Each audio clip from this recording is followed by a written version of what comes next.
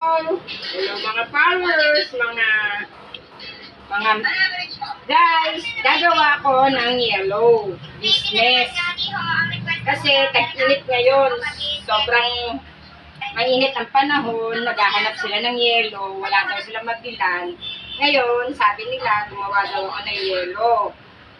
Ngayon, gumawa ako ng yellow, 3 piso lang ang isa, sa iba kasi 5 piso. Sa akin, 3 piso lang, para sa akin bumili, no? Ngayon, meron din akong gagawing business, yung panghugas ng pinggan, yung mga sabon ng mga pan-laundry, conditioner, Downy, yan. Magtitinda rin ako niyan dito. At dito rin, gagawa rin ako ng parang grocery dito, tsaka loadan. Yun ang magiging business ko rito kung sakaling maging busy ako. Kasi mahirap ang buhay. Kailangan magpaikot tayo. Wala naman tayong magawa, di ba? Kailangan natin ng pera, di ba? Saan naman tayo kukuha ng pera kung di tayo maghahanap buhay. Ngayon, gagawa ako ng sabon. Magbi-business ako ng panlaba, pan-laundry, pang mga merienda, load.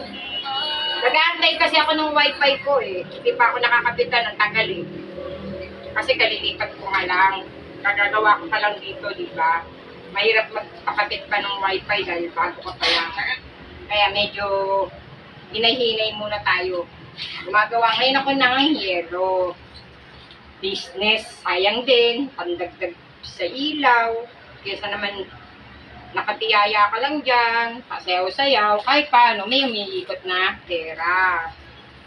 Gaya niyan, baka gusto nyo, magkaano ko ng mga panlaba, Downy, panghugas ng pinggan, yan. Baka sakali, yan ang magiging business ko rito, tsaka load. Kasi ang daming nagre-request, load daw kasi compound kasi to, nasa unit ako.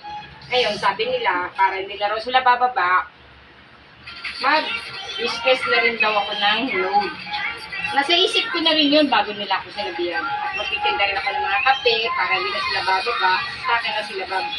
Pagbaba pa lang nila ng hagdan, sa akin na ang bungad. Magtitinda rin ako ng mga merienda. Yan ang aking gagawin dito ngayon. Sa 2024. Mag-business ako. Pero ang totoo niyan, dapat service crew ako. Iniisip ko dito sa bahay. Walang mag-aasikaso. Pero pag kung sakasakali, pag-iisipan ko pa rin yung service crew na yun. Maraming kumukuha sa akin sa trabaho. Kasi masyado akong busy. Naasikaso ko rin ang pamilya ko. Dito, nakita nyo naman, pag-aayos ko ng bahay. Ngayon, gagawa pa ako nyo, diba? Kung sakasakali, baka dito ako mag-business na lang sa bahay. Sila na ang pupunta sa akin. Pagbaba nila, eto na. Malapit na, hindi na sila lalabas. O, diba? Tama ba tama ba ang decision ko? Tutulungan ko ang pamilya ko. Kesa naman, higa-higa ka, wala ka namang magagawa, wala ka namang kikikain, di ba?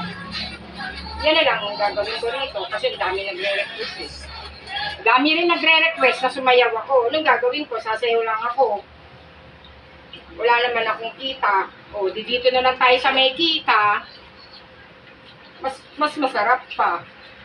Tsaka palagi akong busy ngayon eh. O, sana maunawaan niyo ako guys. Pero huwag kayo mag-alala, magti-tiktok pa rin ako. Medyo busy pa lang ako ngayon. O, have a nice day. Thank you very much. Sa pag-unawa. At sa pag-iintindi. Yan. Gagawa ko yellow, tataba, nalalaglag.